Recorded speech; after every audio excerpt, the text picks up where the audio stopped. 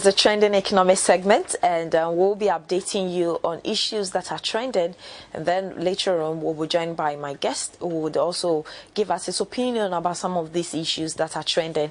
But let me just continue with the issue with the president saying that he would ensure that the Ghanaian economy comes back on track. But let's take a look at some of the initiatives when he met at Gambia, some of the things that he disclosed to the people. In terms of initiatives, according to the statement, the president noted that these policy initiatives and measures would ensure that the private sector was strengthened to flourish. It is only when the private sector flourishes that we can create a high number of jobs required by the teeming masses of Ghanaian youth. When the private sector flourishes, then we will be sure that we are on progress. Our path is on progress. It goes further to state that the statement that President Akufo-Addo reiterated his belief that his government would revive the Ghanaian economy, adding that we are going to get our economy going again and get enterprises in our country to be more competitive so that they can begin to employ more and more people. He said President Akufo-Addo noted that the widespread of unemployment in Ghana is a major social and economic problem, and we have to do something about it. I believe that we are going to do something about it, and you would see that through the measures we are going to put in place in our budget. It said he applauded the Ghanaian community at the meeting for being law-abiding, stating that all reports he had gathered on his short visits to Gambia show that Ghanaian communities, more often than not, did not fall foul to the law. The president therefore urged them to continue to be law-abiding and be good ambassadors of Ghana. So there's a lot of emphasis on the 2017 budget, and both Ghanaians in Ghana and abroad will be looking forward to some of these things. The president has reiterated commitment of creating jobs, but how is he going to do all that? The 2017 budget is what exactly we will be taking a look at. But other news that are making headlines, we have the story that says that Ghana-Morocco strengthen business relationship. And this is relationships, and this is a very critical one. We've been talking more about trade facilitation, and unfortunately, even though we're doing it, there are still some barriers that are impeding growth. But if Ghana, together with Morocco, are going to strengthen their business relation, what exactly would they be doing? And then the story says that the government of Ghana and the Kingdom of Morocco have strengthened their business relationship with the signing of 27 Memorandum of Understanding. The agreements were signed in collaboration with the private sector, which initiated 22 out of the 27 MOU with the Northern African, with government directly signing the other 5. The signing ceremony, which took place on Friday, February 17th at the Flagstaff House, was witnessed by the President Akufo-Addo and his Moroccan counterpart, King Mohammed V. Addressing the event, Nana Ampiaw Dankwaso, President of the Ghana National Chamber of Commerce and Industry, said signing the MOU signify the beginning of greater cooperation between the two countries. Speaking on behalf of the Moroccan delegation, Miram Basala, President of the Morocco CGEM, said her country was delighted to partner Ghana. She also indicated that the Moroccan would make its economy and industrial models available to Ghanaians, ensuring efficient and rapid development in all the sectors that are covered in the MOUs.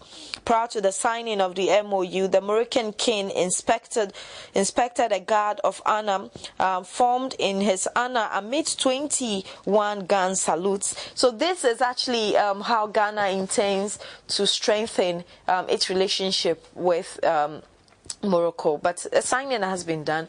We need to see how best Ghana will take advantage of these opportunities to ensure that the country would be able to attract more foreign investors, especially investors coming in from Morocco. But other news that are trending also that we'll probably take a look at, we saw said how SMEs can drive sales with augmented reality, and this is an interesting story. But let me just introduce to you my guest in the studio. I have Dr. Ebenezer Ashley. Is a financial consultant, and together we'll be discussing issues that are trending this morning. Doctor, you're welcome to the Business Africa Live Show. Thank you very much, and good morning to our cherished viewers. How was your weekend? Quite hectic, but we thank God He has given us another day. Okay. Let me just quickly pick your opinion. We're expecting the president to deliver the State of the Nation address tomorrow. And first of all, what exactly are your expectations? What do you want to see in the State of the Nation address? Once again, thank you very much, and good morning to our cherished viewers. The expectations are not too unusual, okay, given what we've already heard in time past, and also what the current president, has been talking about for some time now. Definitely, we expect to see what has been pronounced for some time now being translated into writing and also made official to the populace and also people outside the country. And so my expectations are not too high with regards to what he would say. Most of the things are already known. And we just want to know, perhaps in some cases, the novelty. Novelty in the sense that if you talk about the free education, and there's a controversy as to how it will be funded. Yes, I was asked about this on another platform. I said, no, I don't work with hearsay. At this stage, you have to work with the print. What has been put down there as the measure to follow in funding it is what we have to see, and then if you have to see whether it is good or has to be modified, then we'll come to that. So these are some of the areas that we may like to hear about. The president can decide not to even talk about how to fund the free senior high school. He can decide not to talk about the funding, but he can mention that as part of the government's plans to improve living standards and also improve education in the country, the free senior high school program will kick into effect from September. He can do that. However, it will be an onus on the finance minister to disclose the source. Yes, so there is time for that.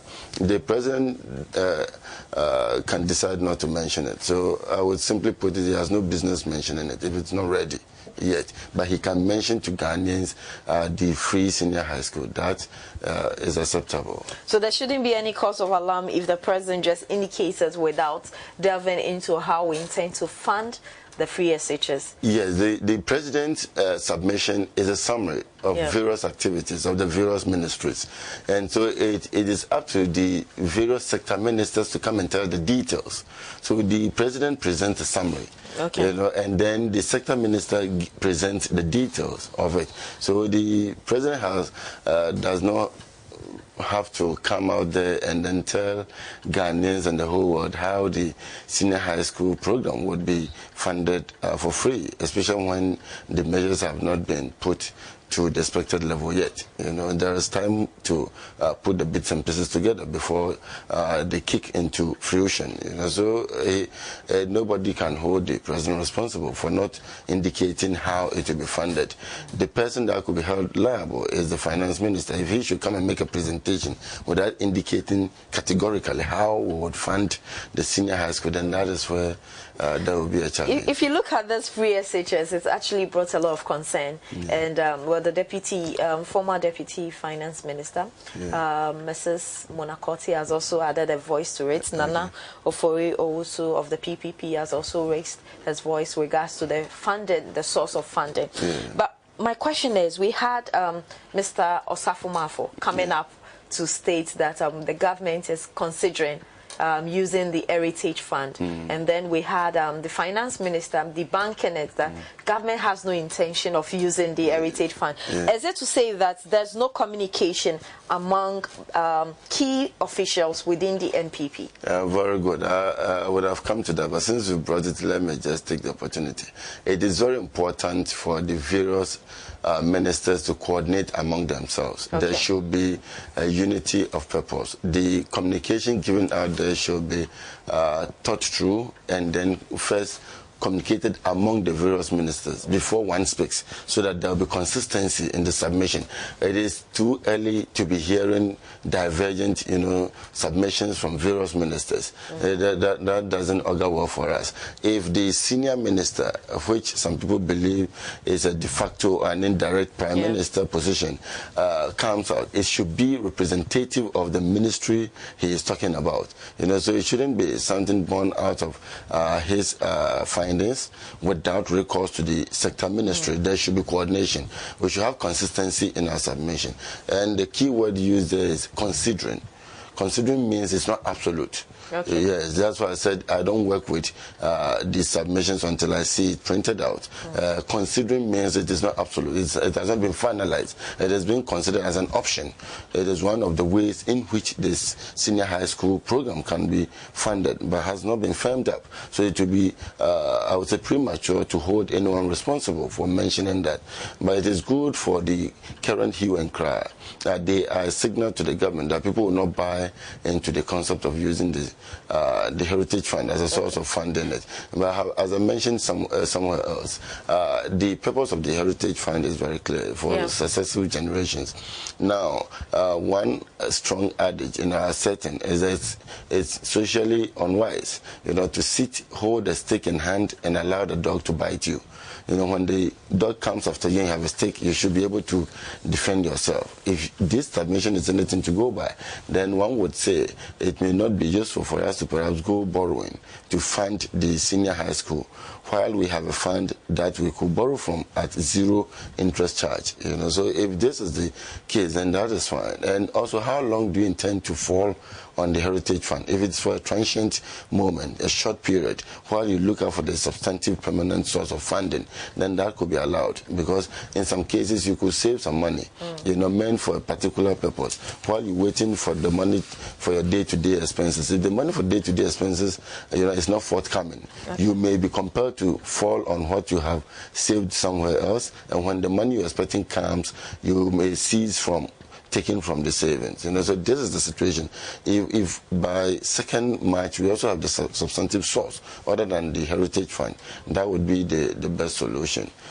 But are you proposing other sources that we can use to fund the free HSS?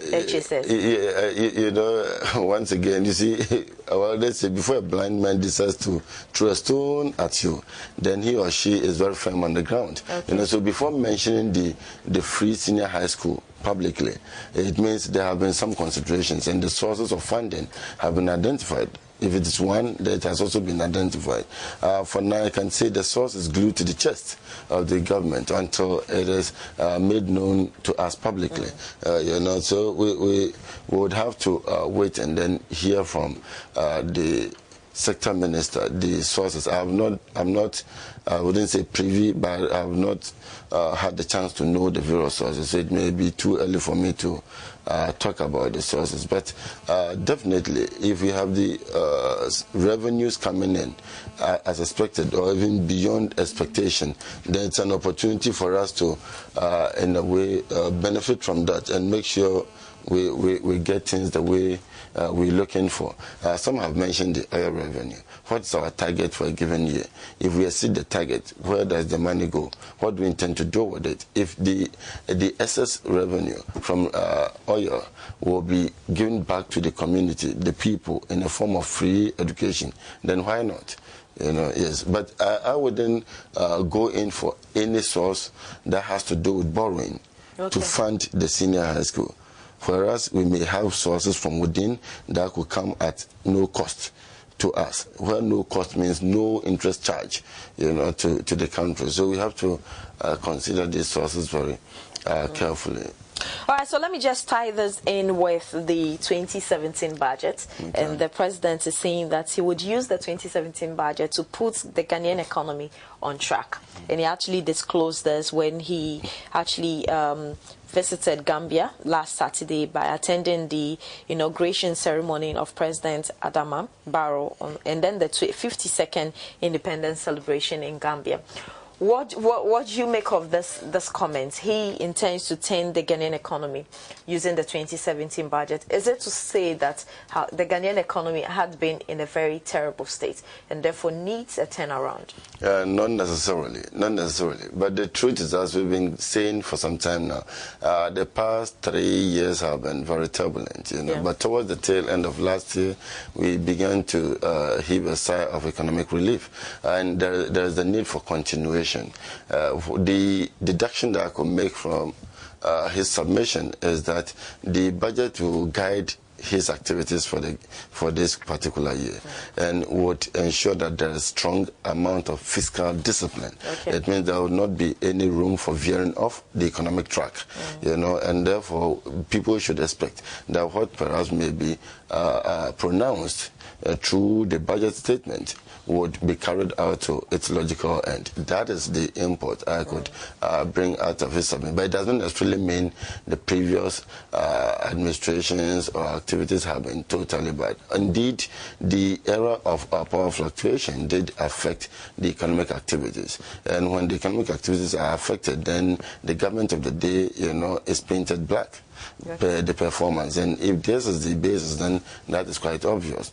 But were we still in that particular situation till the end of the year? The answer is no.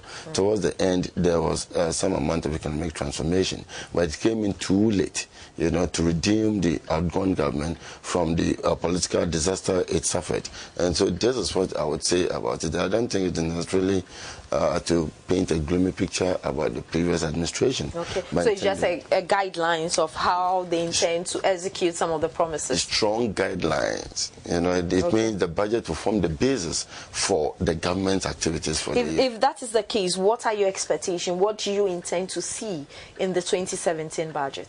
Well, basically, as I mentioned, the free senior high school program, how it will be funded. Okay. I've also realized that there have been some interactions, and the International Monetary Fund has come to terms with the current government's objective of carrying out one factory in each district. Yeah. So how does the government intend to fund this particular project throughout the country? We would have to hear about this. Of course, I know about the public-private partnership initiatives. How many private institutions have so far expressed willingness to come on board? All of this will be made known to us. What is the projected cost of this number of industries or the factories that will be, sited in the various parts of the country? We would have to hear about this. How do we intend to pay off the debts that will become due in the current year? Those that may have to be postponed. What are the arrangements with the lender? If not, what are the immediate measures to transform the current debt into long-term debt, as we used to see? And the current administration would also have to convince us that we are, as a matter of fact, holding on to the last-minute economic strategy of the outgoing administration, and that is changing from borrowing short-term to pay current debt, to borrowing long-term, medium to long-term to pay current debt. That particular strategy has to continue, until we are able to become economically self-sufficient to be paying off debt at will. So these are some of the things I would expect to be talked about. And the various ministries, how much do we intend to provide for the health sector? The education, part of it is the senior high school. Currently, there is a freeze on hiring of lecturers in the various public institutions, with some intermittent lifting of the freeze. How far would this go?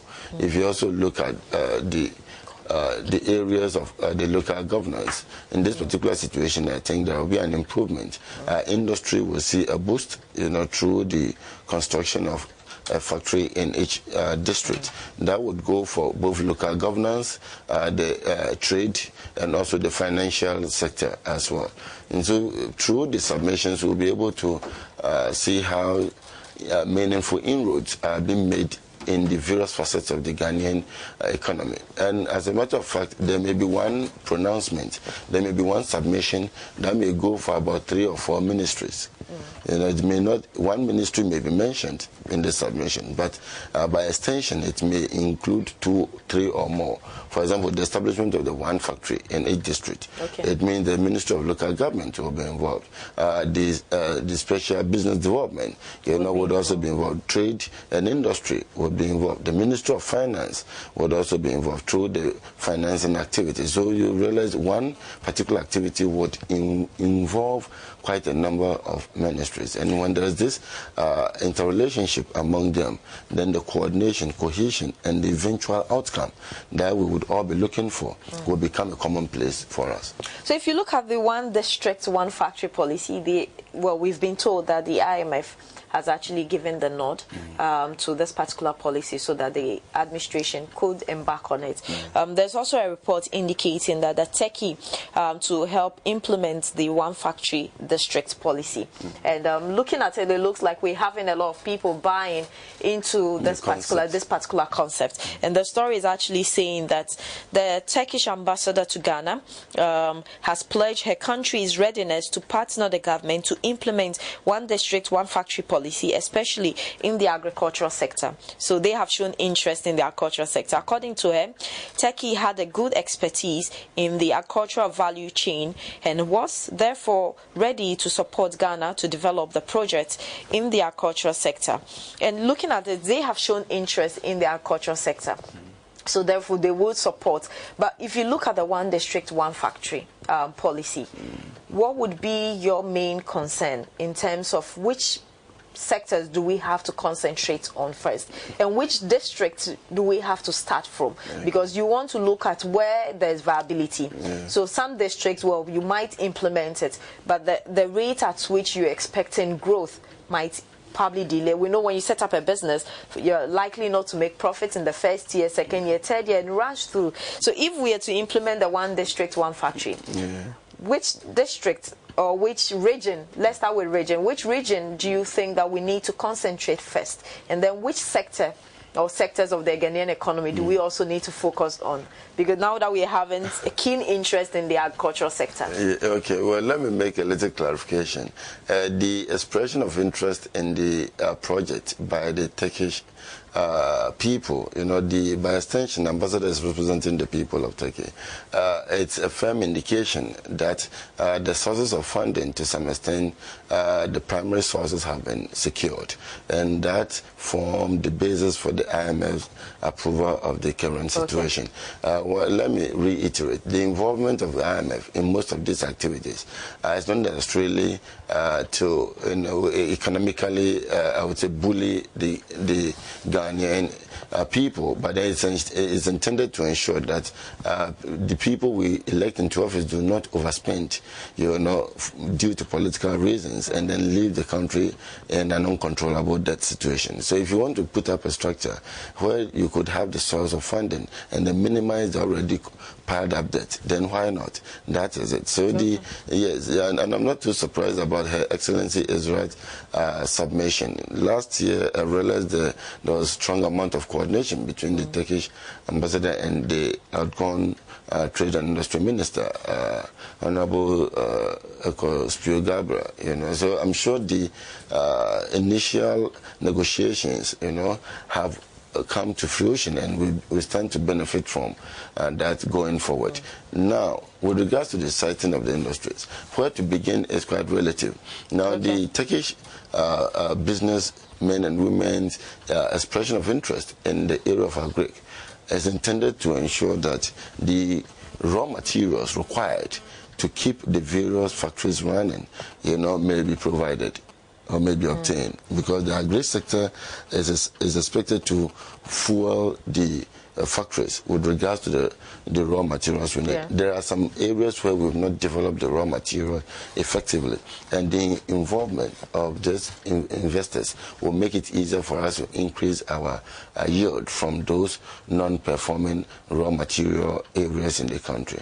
Once again, the siting, that is the reason why various stakeholders have been put together, to be involved in determining which place in each district is adequately viable for the siting of the industry.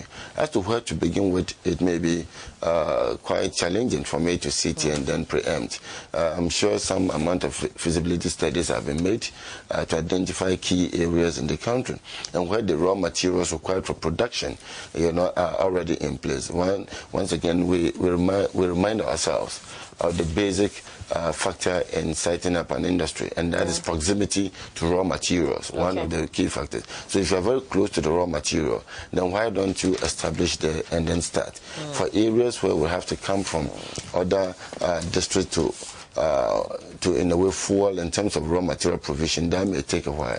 But from all indications, we have to make use of the raw materials in each district. And that should form the basis for establishing the industry. Where there are no raw materials, but then there are human factor, then what do we put in place to ensure that the people are adequately absorbed in terms of job creation to the benefit of the individuals and then the country as a whole? So this is what I would say about where to start. It may be difficult for me to sit here and preempt any judgment with regards to which district should benefit. But what are your fears? Because we've been in this country where sometimes misplaced priorities are done. What are your fears, or what are your caution to government and then stakeholders who are to ensure that this policy is implemented to the benefit of all? In terms of fear, absolutely none. We've come to the stage where some of us have developed strong confidence that it shall be well. And with the current spirit of democratic dispensation, if you decide to do anything untoward, then you do so at your own political peril, because the people will punish you at the end of the day nicely. Now, people don't scream, but they have a nice way of bidding farewell to you. And so there is no fear. I have absolutely no fear with regards to the implementation. I'm looking for the eventual success of the country, not of a political party. Now, the only caveat has to do with not beginning necessarily with the siting of industries on political grounds.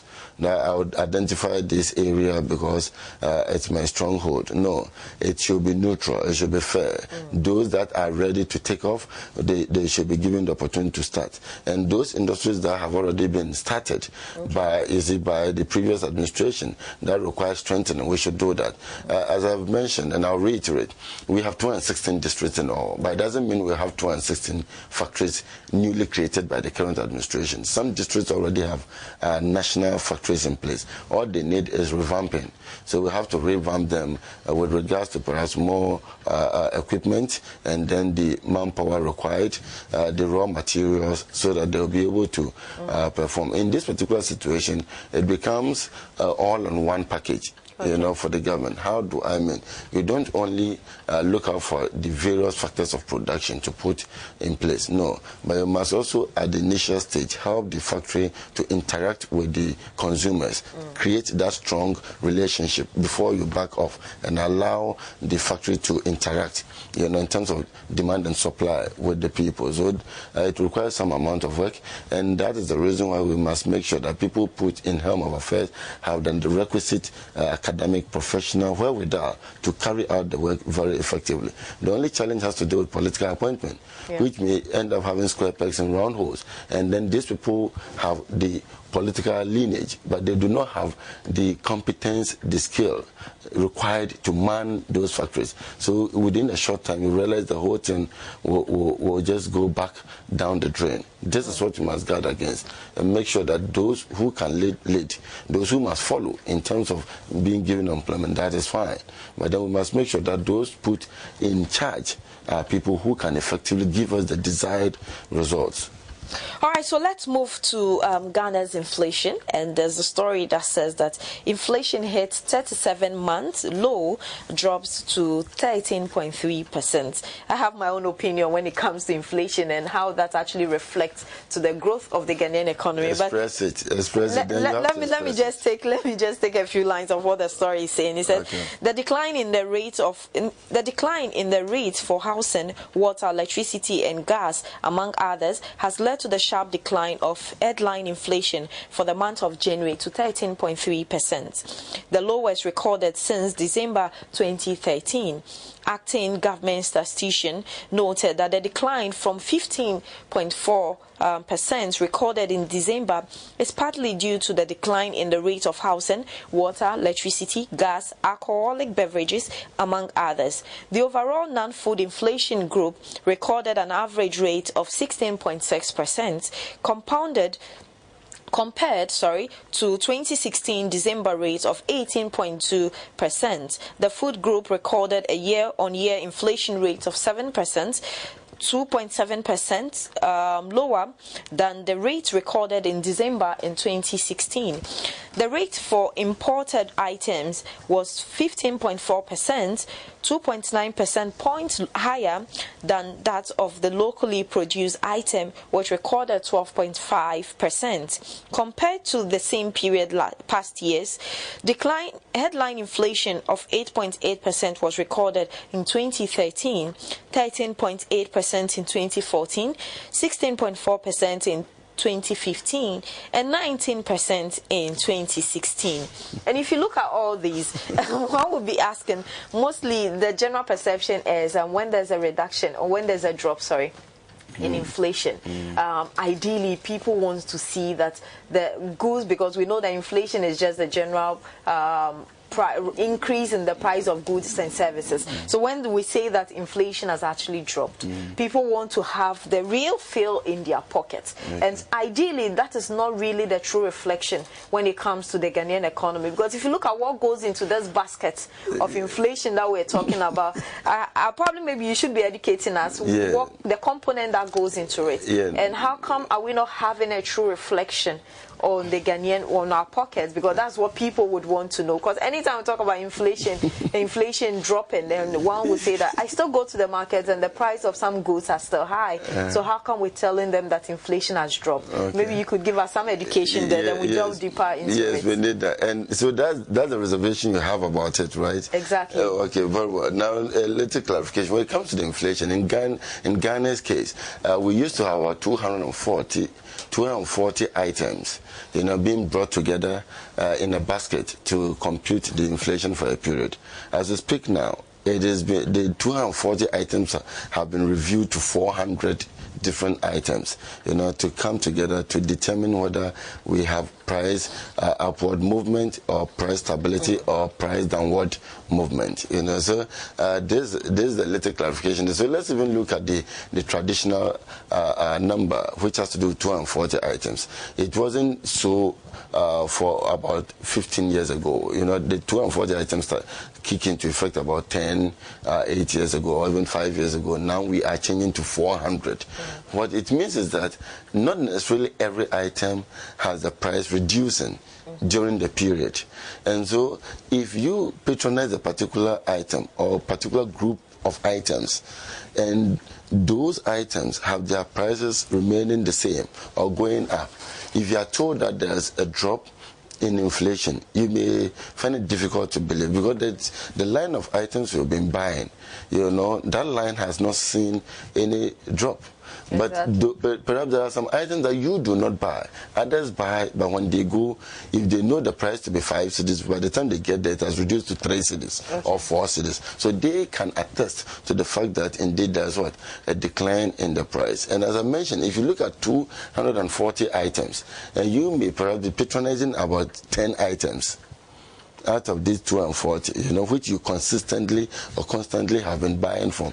So if there are reductions in about even 80, 100 or more of the items in terms of prices, and the reduction in the price, if it is significant, more than the increase in the prices of other items in the basket, then we'll end up having what? A drop in price. You understand? I get you. So some people may attest to the reduction in price levels, which culminate in fall in what? The inflation rate. And there are others who would also contend, because in their area, perhaps they see constant increase in prices, not even stability, not stable price, but then constant increase, as you're saying. So it is quite. But who determines what goes into the basket? The Ghana Statistical Service, and the Ghana Statistical Service does this based on interactions on the market. So you look at some of the items that you think traditionally people have been patronizing and are very popular in the market. Over time, there may be introduction of new items. Let me just give an example, which is not necessarily captured. Formerly, toothpick wasn't part of our day-to-day purchasing items because we've been using the brooms in the homes.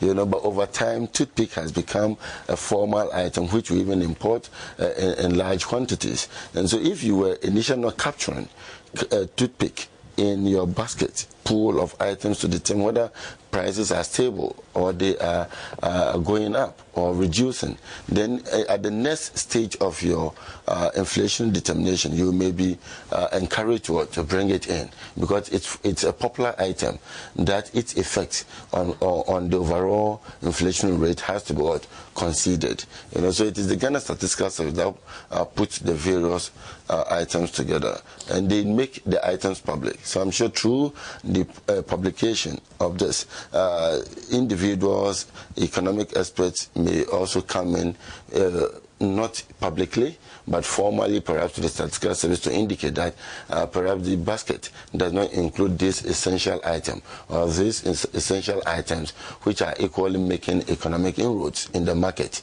You understand? So on the basis of the Statistical Service would have to perhaps deploy people into the market, see how viable these items cited are faring, and then possibly include them in the basket. So that is basically what happens. But can we use inflation as a true indicator to measure developments in the Ghanaian economy? Not as one of the indicators. Yes. Can we rely on that? Yes, you can't do without it. You can't do without it. If you look at the development, infrastructure facilities you provide, whether you should keep on providing more infrastructure facilities or you should apply the brakes on the vehicle for some time depends on the level of inflation. How do I mean? If you look at the inflation, what it basically tells us is that prices are going up, and what actually fuels price increase, even though there are many, the dominant one has to do with excess demand over supply. And what actually brings excess demand is when people have more money in their pocket. And one way of increasing funds availability in an economy is by the government engaging in the provision of infrastructure facilities.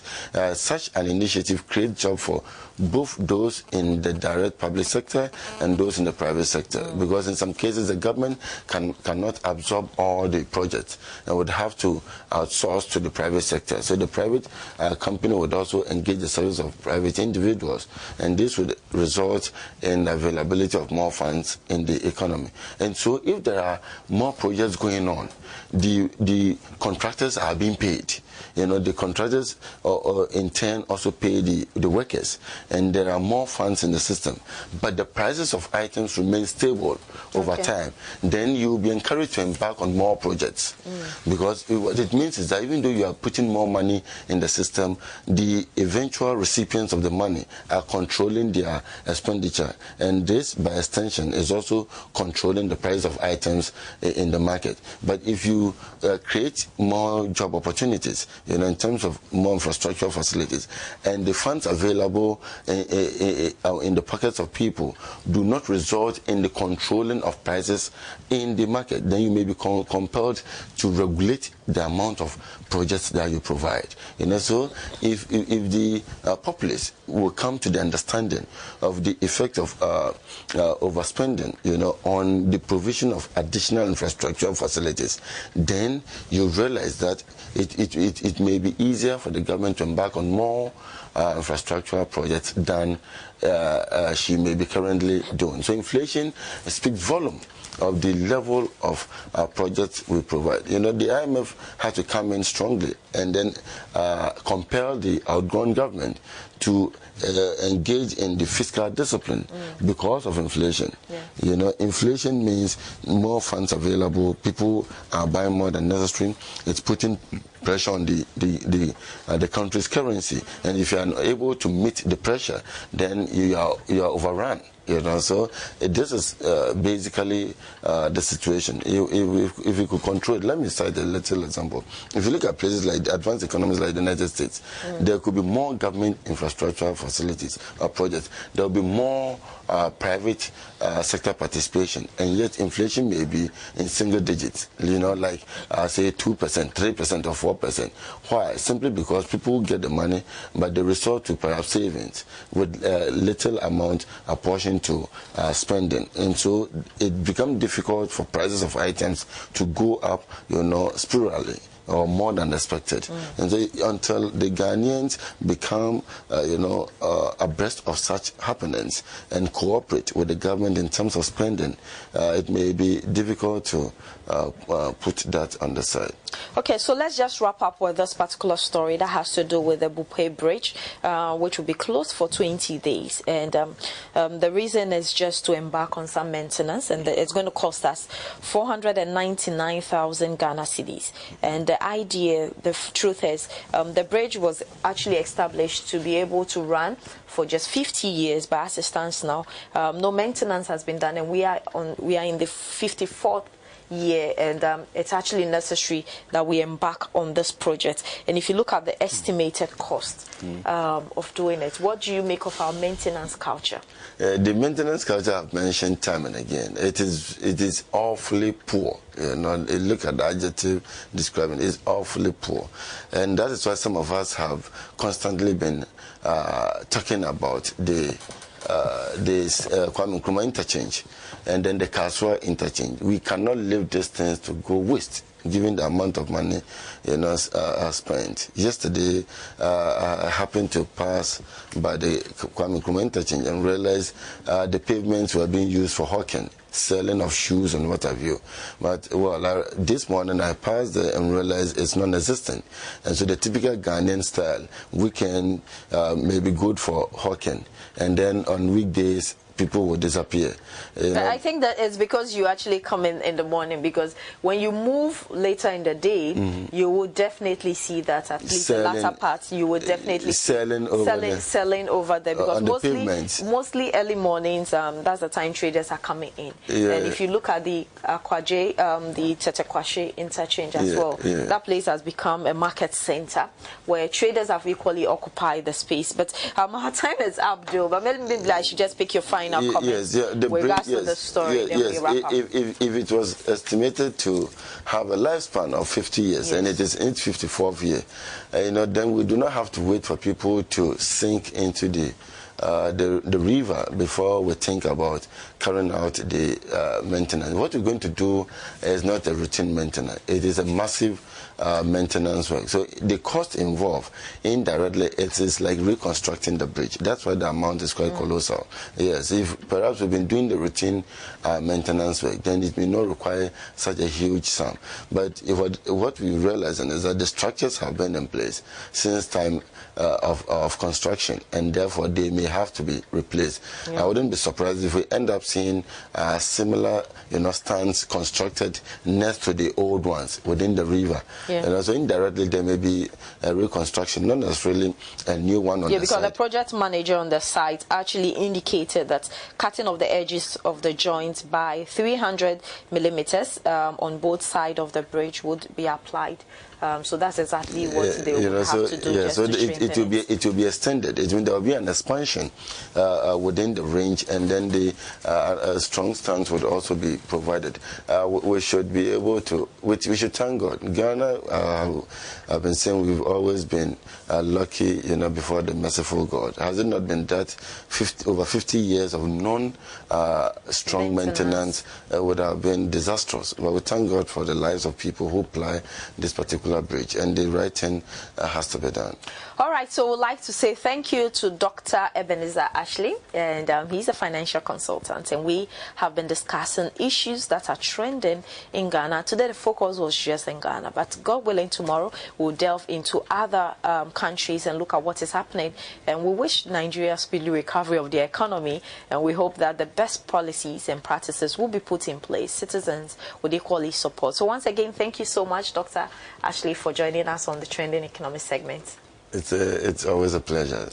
All right, so we'll quickly go for a short commercial break. When we come back, we're diving into internship and its bearings on corporate Ghana. What do you think about it? Join the discussion. You can send your comments to our WhatsApp number that will be displayed on the screen. We'll be back shortly.